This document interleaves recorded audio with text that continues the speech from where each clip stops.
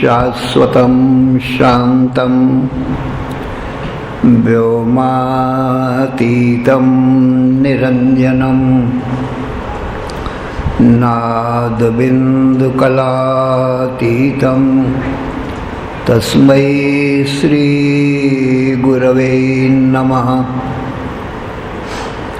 सर्वश्रुतिशिरोरत्नं विराजितपदाम्बुजं वेदान्ताम्बुजमार्तण्डं तस्मै श्रीगुरवे नमः। अज्ञानतिमिरान्धस्य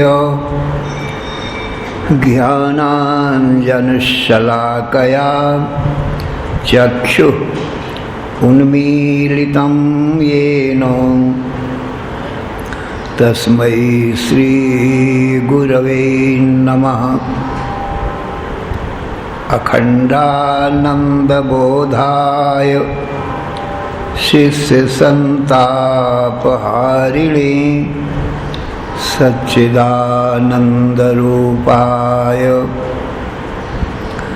रामाय गुरवे नमः। अखण्डमण्डलाकारं व्याप्तं येन चराचरं तत्पदं दर्शितं येन तस्मै श्रीगुरवे नमः। गुरुर्ब्रह्मा गुरुर्विष्णु गुरुर्देवो महेश्वरः गुरुः साक्षात् परं ब्रह्म तस्मै श्रीगुरवे नमः।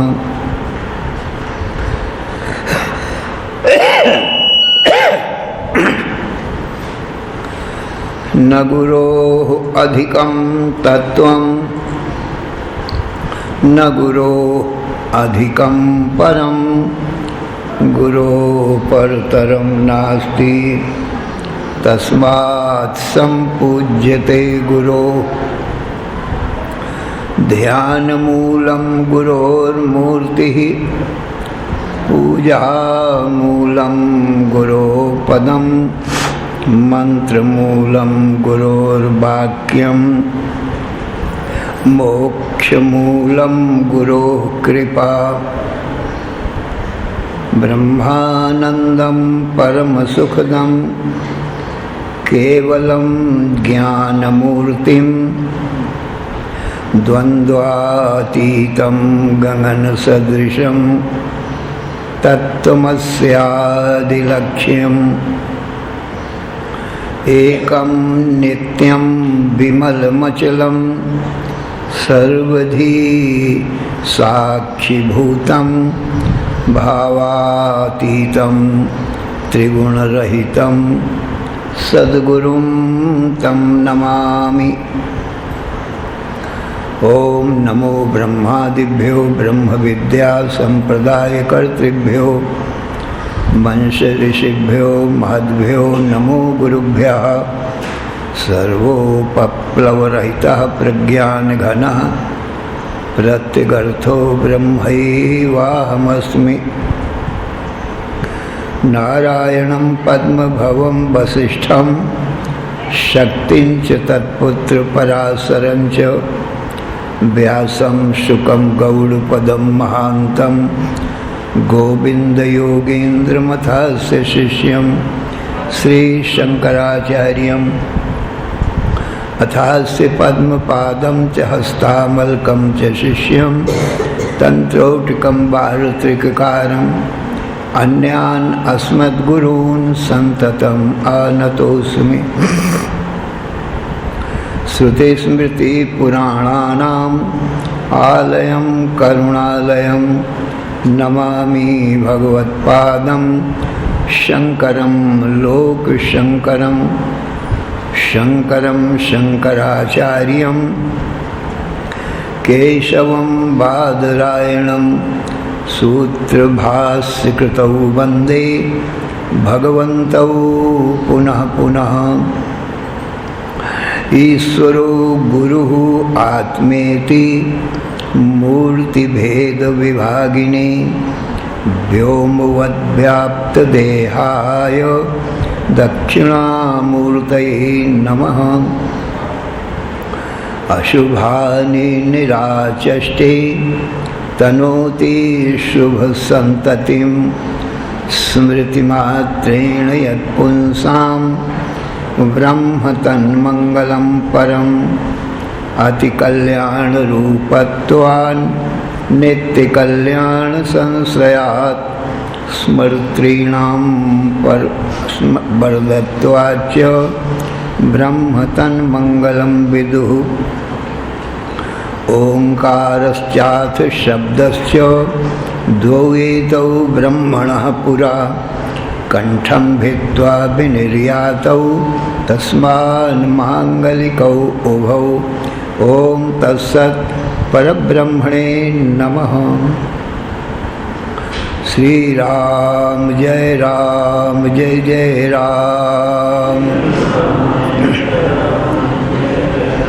श्री राम जय राम।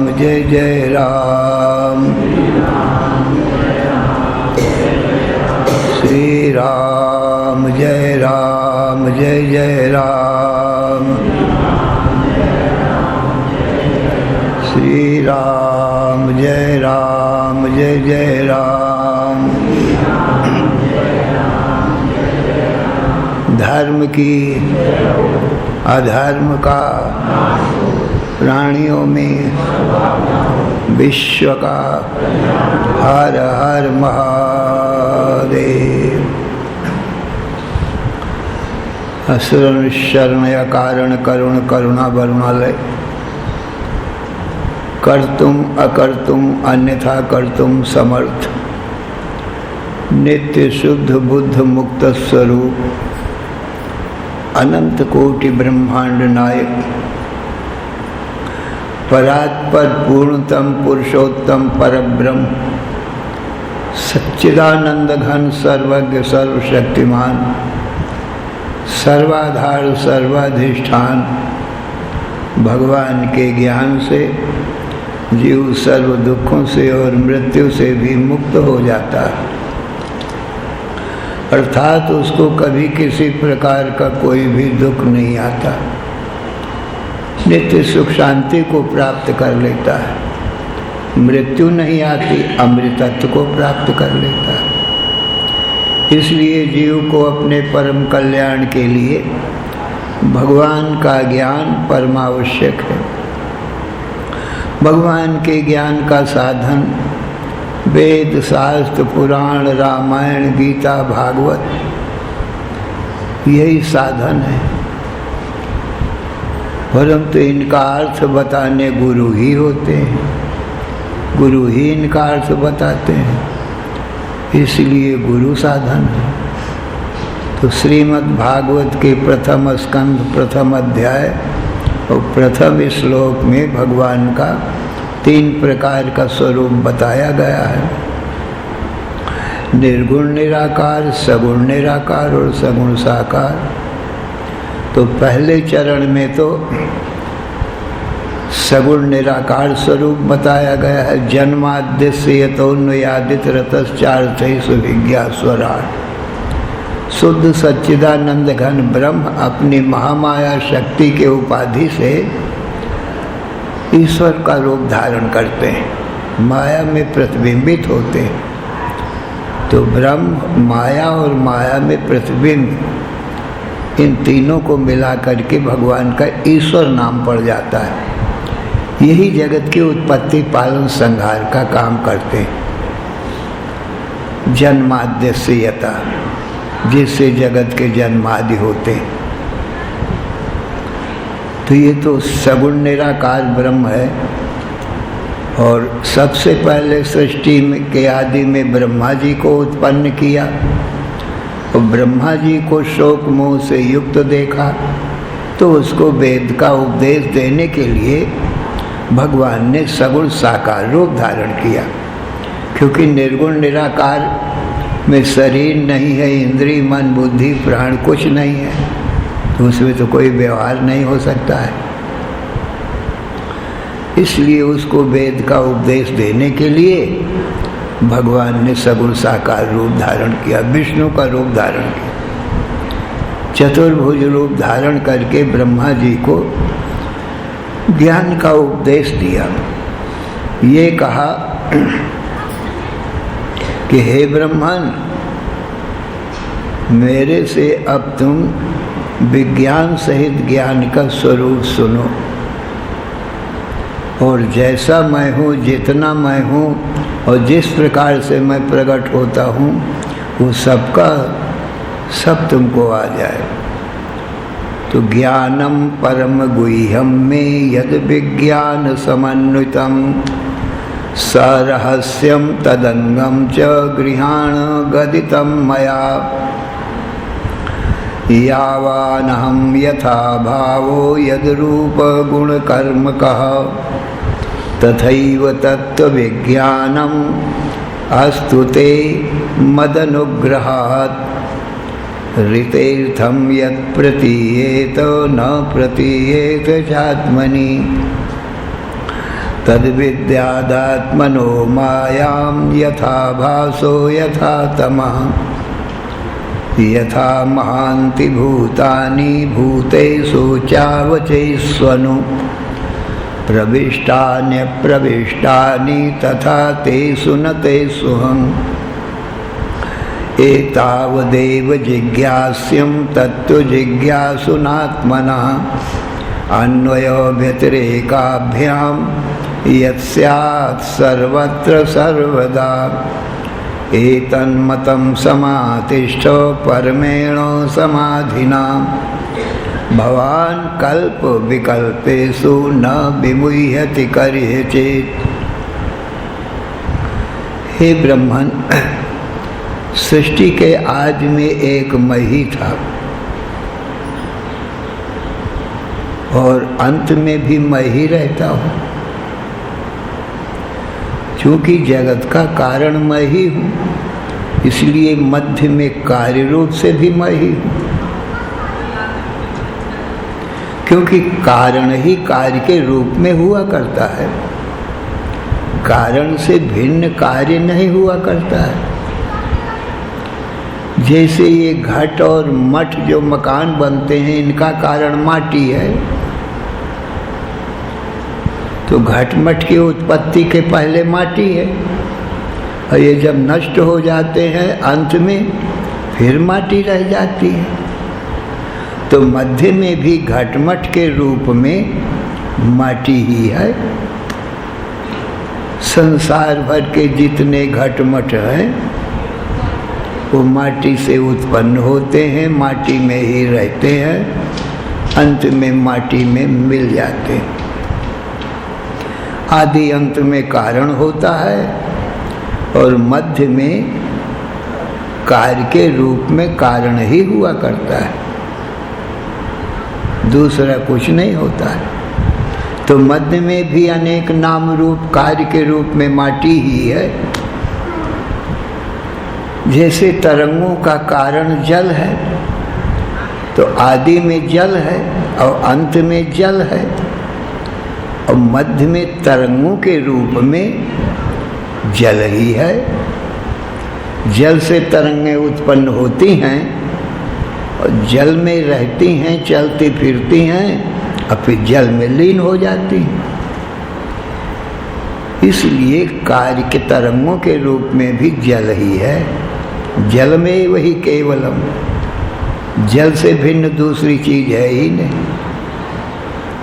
कारण एक होता है, कार्य अनेक होते हैं। जल एक है, तरंगें बुलबुले अनेक हैं, पर तो भी जल से जुदा नहीं है।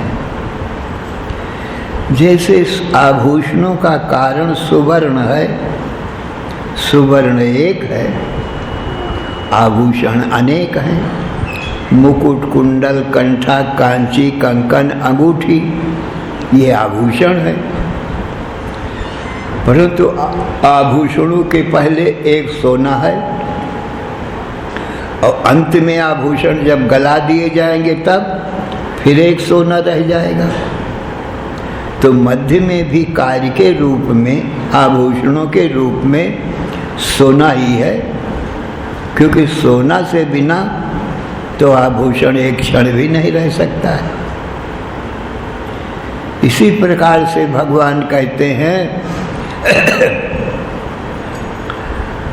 इस संसार की उत्पत्ति के पहले मैं ही था और निधन के बाद में भी मैं ही रहता हूँ।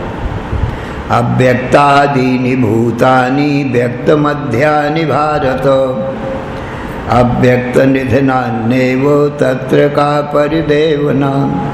भगवान कृष्ण गीता अध्याय 2 में कहते हैं, अर्जुन ये शरीर व्यक्त है, शरीर का समूह संसार कहा जाता है। तो ये संसार पहले अव्यक्त है, माने उत्पत्ति के पहले ये नहीं था। अव्यक्त निधनान्येव, और निधन के बाद फिर अव्यक्त हो जाएगा, प्रकट दिखाई न पड़ेगा। व्यक्त मध्यानि भारत, मध्य में ये व्यक्त हुआ है। इसलिए मध्य में भी मुझ कारण परमात्मा से भिन्न ये सारा संसार नहीं है, क्योंकि कारण तो मैं ही हूँ, मुझसे ही उत्पन्न होता है और मुझ में ही लीन हो जाता है। इसलिए आदि अंत में मैं अव्यक्त रूप हूँ और मध्य में ही, बीच में ही व्यक्त रूप हूँ। तो व्यक्त अव्यक्त दोनों मेरे ही रूप हैं। कारण रूप भी मैं ही हूँ और कार्य रूप भी मैं ही हूँ, दूसरा तो कोई है ही नहीं।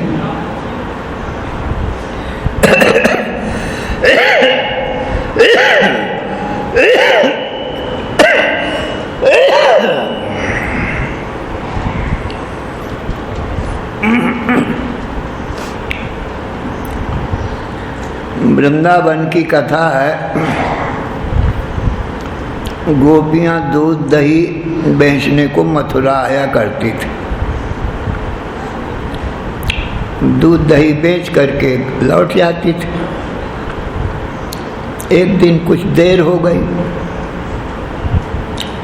यमुना तट पर आई तो जितने मल्लाह नौका बंधी थी, मल्लाह नहीं था कोई। अभी पुकारती हैं, अरे भाई कोई मल्लाह हो तो हमको पार उतार दो।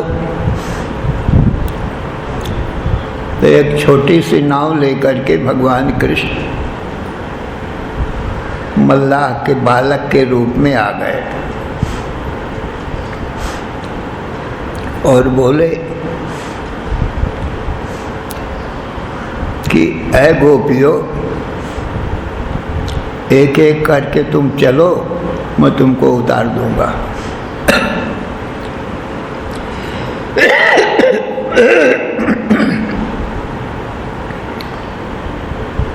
तो गोपियां कहती हैं ये नौका तेरी है? तो कहते हैं नौका हमार, नैया हमार, और नैया भी हम हैं और हम ही खेवनहार। नैया भी, नौका हमारी है और नौका भी हम ही हैं, खेने वाले भी हम ही। इस प्रकार से कहा। तो इसका तात्पर्य ये कि सारे संसार को उत्पन्न करने वाले भी भगवान ही हैं, और संसार रूपी नैया भी स्वयं ही है, और ये संसार को खेने वाले भी वही। ये सब शरीर छोटी छोटी नौकाएं हैं हमारे तुम्हारे, परंतु इनको चलाने वाला कौन है? स्वयं भगवान ही तो सत्ता स्फूर्ति दे करके जीव रूप से प्रविष्ट हो करके इन सब शरीरों को चला रहे हैं सज्जन। उनके बिना तो नैया ये शरीर चल नहीं सकता।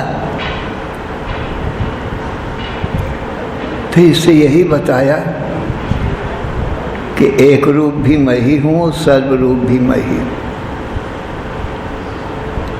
कारण रूप भी मैं ही हूँ और कार्य रूप भी मैं ही हूँ। यही सिद्ध हुआ सज्जनों। तो भगवान कहते हैं मुझसे भिन्न दूसरा कोई है नहीं। श्रीमद् भागवत में 10 विषय हैं पूरी भागवत में। अत्र सर्गो विसर्गश्च स्थानं पूषणमूतयः मन्वन्तरेशानुकथा निरोधो मुक्तिराश्रयः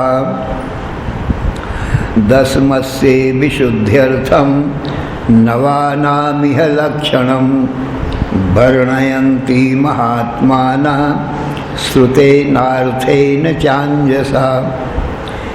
अत्र सर्गो विसर्गश्च, अत्र माने अस्मिन् भागवते, इस भागवत में क्या है? सर्ग माने सृष्टि, सृष्टि की उत्पत्ति, और विसर्ग विशेष सृष्टि।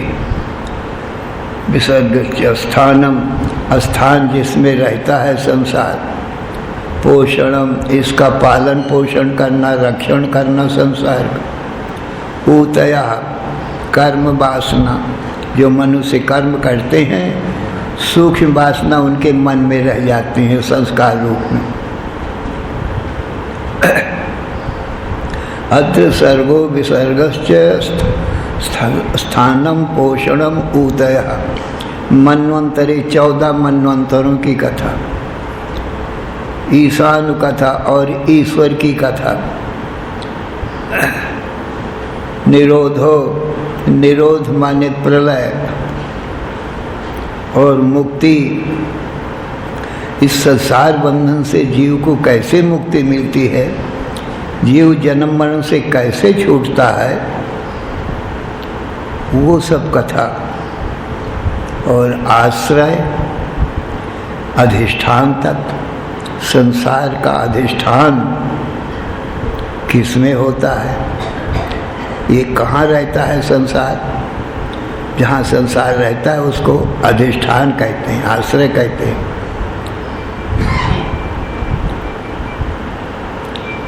तो ये 10 विषय हैं। तो 10मस्य विशुद्ध्यर्थम नवानामिह लक्षणम वर्णयन्ति महात्मानः श्रुतेनार्थेन चाञ्जसा। महात्मा लोग 10वें को शुद्ध करने, शोधन करने के लिए, आश्रय तत्व को बताने के लिए कहीं श्रुति मंत्रों से वेद के और कहीं अर्थ के द्वारा, जिसमें सरलता से लोग समझ जाएं 10वां कौन है, जिसमें ये 9 रहते हैं, तो वो भगवान कृष्ण हैं।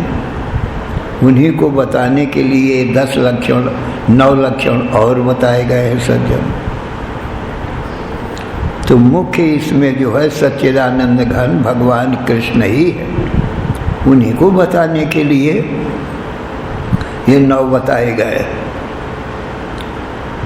इस प्रकार से सज्जनों ये सगुण साकार भगवान का स्वरूप बताया गया। राम कृष्ण विष्णु शिव शक्ति सूर्य गणेश कच्छ मत्स्य वामन वराह आदि अनेक अवतार जो हुए हैं, ये सगुण साकार स्वरूप है भगवान का। जब आकार धारण करते हैं भगवान, रूप धारण करते हैं, तब साकार कहे जाते हैं। हम निर्गुण निराकार का वर्णन करते हैं, कहते हैं जिस परम ब्रह्म परमात्मा सच्चिदानंद घन ब्रह्म में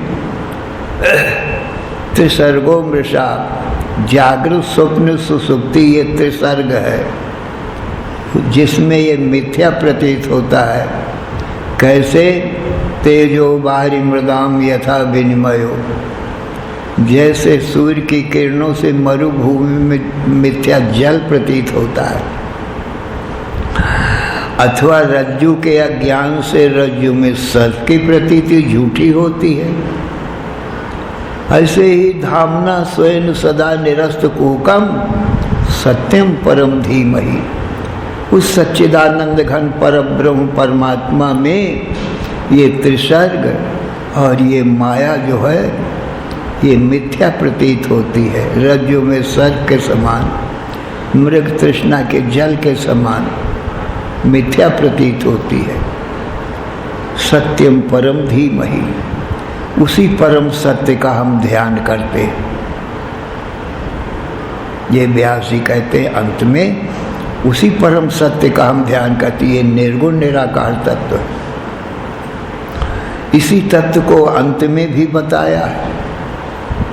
कस्मयेन विभासितो यमतुलो ज्ञान प्रदीपः पुरा तद्रूपेण च नारदाय मुनये कृष्णाय तद्रूपिणाम् योगीन्द्राय तदात्मनाथ भगवद्राताय कारुण्यतस् तच्छुद्धं विमलं विशोकममृतं सत्यं परम धीमहि। अंत में भी वही परम सत्य का ध्यान करते हैं। जिस भागवत रूपी ज्ञान दीपक को सबसे पहले भगवान विष्णु ने कस्मई, कस्मई माने ब्रह्मणे, का नाम ब्रह्मा का है और का चतुर्थी विभक्ति में कस्मई बनता है। तो ब्रह्मा के लिए ये भगवान विष्णु ने उपदेश दिया पहले, ये भागवत का उपदेश। कस्मयेन विभासितो मतलो ज्ञान प्रदीपः पुरा तद्रूपेण च नारदाय मुने, फिर ब्रह्मा के रूप से नारद मुनि को उपदेश दिया। यही भागवत का तद्रूपेण च नारदाय मुनये कृष्णाय तद्रूपिणा, फिर नारद जी के रूप से वेद व्यास जी को यही उपदेश दिया गया। तद्रूपेण च नारदाय मुनये कृष्णाय तद्रूपिणा, कृष्ण द्वैपायन व्यास का नाम है, उनको उपदेश दिया नारद जी ने। योगीन्द्राय तदात्मनाथ भगवद्राताय कारुण्यतस्, फिर कृष्ण द्वैपायन व्यास के रूप से फिर परम विरक्त और ज्ञानी सुखदेव जी को यही उपदेश भागवत का दिया गया। योगीन्द्राय, ये योगी थे, योगियों में महान श्रेष्ठ थे, योगेंद्र इनको कहते हैं। भगवद्राताय कारुण्यतस्, फिर सुखदेव जी के द्वारा भगवतरात माने भगवान में ही जिसकी परम प्रीति है, रति है, ऐसे राजा परीक्षित थे। सुखदेव जी के द्वारा फिर राजा परीक्षित को यही ज्ञान भागवत का दिया गया। तच्छुद्धम विमलम विशोकम अमृतम सत्यम परम धीमहि, उसी शुद्ध सच्चिदानंद घन परम तत्व का हम ध्यान करते हैं। अंत में भी यही कहा गया और मध्य में भी सज्जनों यही कहा गया। जब भगवान गर्भ में आए हैं तो सभी देवता ब्रह्मा जी आदि सब आए और स्तुति करते।